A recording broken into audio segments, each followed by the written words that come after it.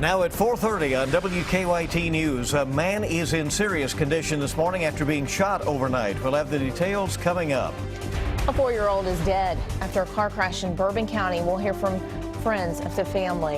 And we'll have the latest from the complications surrounding Lexington's Centerpoint development. Some new developments on that, and we'll have those for you on WKYT this morning. Tracking, alerting, protecting. This is WKYT This Morning. Good morning. It's your Friday and Oaks Day in the Commonwealth of Kentucky. I'm Bill Bryant. And I'm Rebecca Smith. Hope you're having a fabulous start to your day. It's looking like the weather's going to improve for the Oaks and the Derby tomorrow. So that's good news. And for more on that, let's turn now to Micah. It does look much better. I mean, for today, we're going to be looking at chilly conditions this morning. Afternoon, we'll be sitting there in the upper 60s. So it's really not going to turn out to be that bad of a day. We're at 42 degrees now in Lexington, 39 in Danville.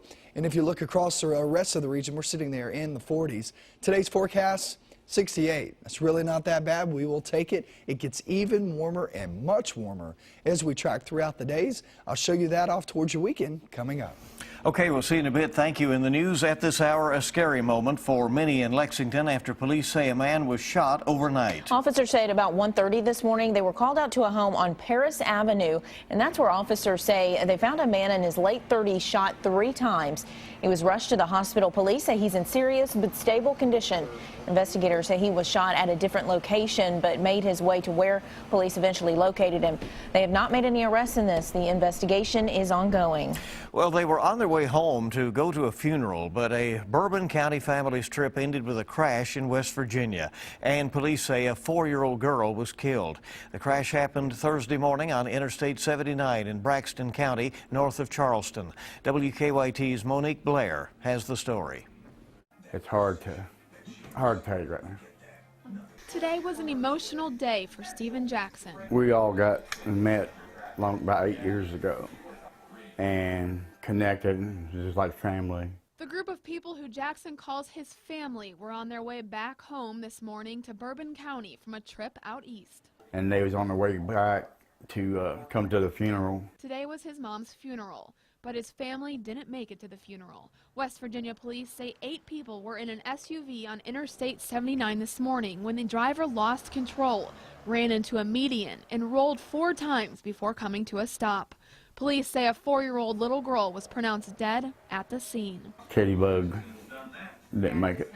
Authorities have not released the name of the victim, but Jackson tells us her name was Caitlin Elizabeth Rojas. I call her Katie Bug. She's just precious too. Every time she'd see me, she'd holler "Papa." Jackson tells us Caitlin was lovable, outgoing, and high-spirited. And now for a family that is already very close, he says this tragedy will only make them closer. They would do anything for us they could or help anybody they could. Jackson says that Caitlin's mom suffered a few broken vertebrae, but is still in the hospital. Her sisters were able to walk away with only minor injuries. Investigators think an elderly man found dead in Lake Cumberland, likely drowned. The Pulaski County Sheriff's Office says 88-year-old Eugene Jones was reported missing Wednesday night. Deputies say they found his pickup at the end of Richardson Lane, but no sign of Jones. A dive team searched nearby Lake Cumberland and found Jones's body. Investigators don't suspect foul play. They think Jones drowned accidentally. Police have charged a school bus driver in connection to guns brought to a Knox County elementary school. State police arrested Charles Hauncey yesterday. He's charged with facilitation to unlawfully possess a weapon on school property.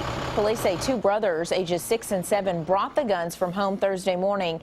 They say one of those guns was loaded. According to investigators, a student told Hauncey about the guns before the school bus arrived at school. They say he never reported it.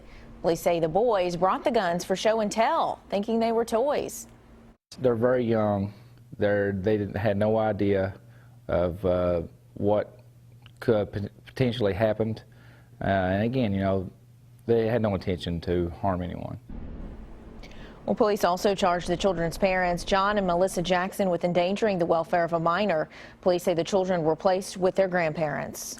A Powell County woman is recovering after she says her husband shot her, and she says she has been helping him with his mental illness for years.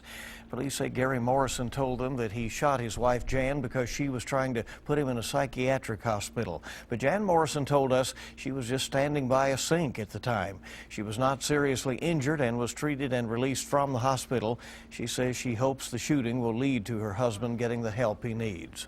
It's a cry for help from him, and he's flared up before, but we've always worked it out, and but I can't work it out with a gun pointed at me. Police have charged Gary Morrison with assault. He did not want to talk to us from jail. Leaders of the community gathered last night to talk about ways to make Lexington safer. The NAACP teamed up with Lexington police and corrections leaders for a town hall forum at Winburn Middle School. Public safety was one of the main topics of the forum. Organizers say this was planned before a recent string of violence in the city.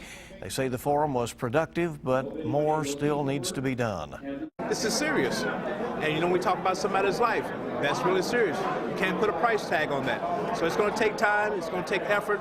We're ready. Lexington Police Chief Mark Barnard was among those who spoke at the forum. Organizers also used part of the forum to discuss ways people who have spent time in jail can get back into the workforce. A Harlan County family has quite a mess to clean up at their home because of a tree. They say strong winds caused a tree to fall onto the house in the Verda community. Most of the damage is confined to the kitchen. The family tells us they were at home when the tree fell. I was standing on the porch and my boyfriend had heard it and he took off running out in the yard. And when it fell, I was still on the porch and I just started screaming. No one was injured when that tree fell. The family says they're not exactly sure how much it's going to cost to fix the damage. Quite a mess for them. Well, in response to winter storms that hit the Bluegrass this winter, President Barack Obama has signed a disaster declaration for the state of Kentucky. The declaration will open up federal money to help with recovery efforts. The storms dumped heavy snow in much of Kentucky, also triggered flooding and mudslides. For more on what this declaration exactly covers, go to our website, WKYT.com. The time is now 4:37 on WKYT this morning, and the developer of Centerpoint in Lexington addressed the Urban County Council about the project. He says city leaders are sending the wrong message about his project.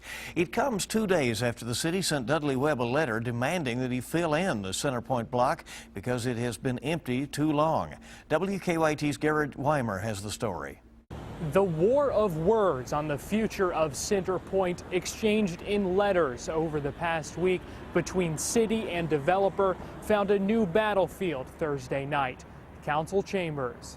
Issuing a default letter is not the answer. It sends the wrong message to our lenders, to our participants, to our tenants. Webb asked council to withdraw their letter, saying he's, quote, so close to closing the deals to get the money needed to move the project forward. But critics of the project also spoke, saying that's an excuse the city has heard time and time again.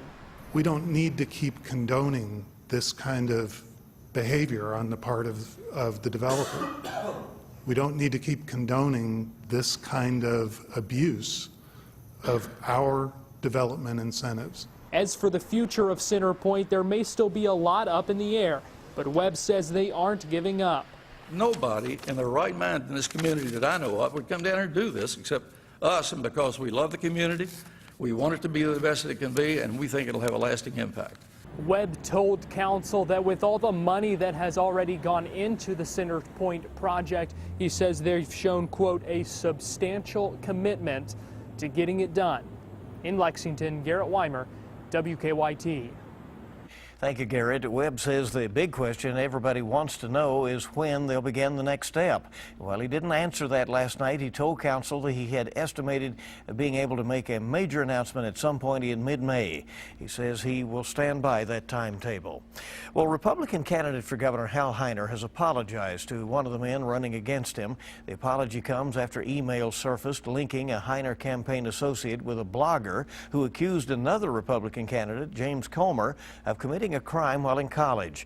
In a statement, Heiner apologized to Comer but did not admit direct involvement. He called the rumors, quote, unchristian. Matt Bevin and Will T. Scott are also running in the Republican primary for governor May 19th. Well, former UK football player Bud Dupree now knows who he's going to be playing for in the NFL. Dupree was selected in the first round of the NFL draft by the Pittsburgh Steelers last night.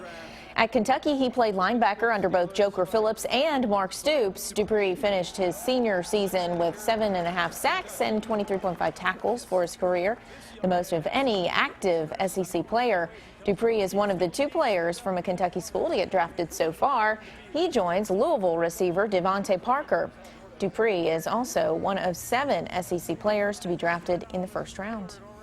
All right, waited to hear that name last night. The time this morning is 4:40, 20 before 5. WKYT this morning just getting started. Well, slow cookers make making meals a lot easier. Moms Every Day has some crock pot and tips when we return. In the 40s right now. Now, as we head throughout the afternoon, we're going to be right there in the 60s, 70s, and 80s for the weekend. Show you that forecast coming up.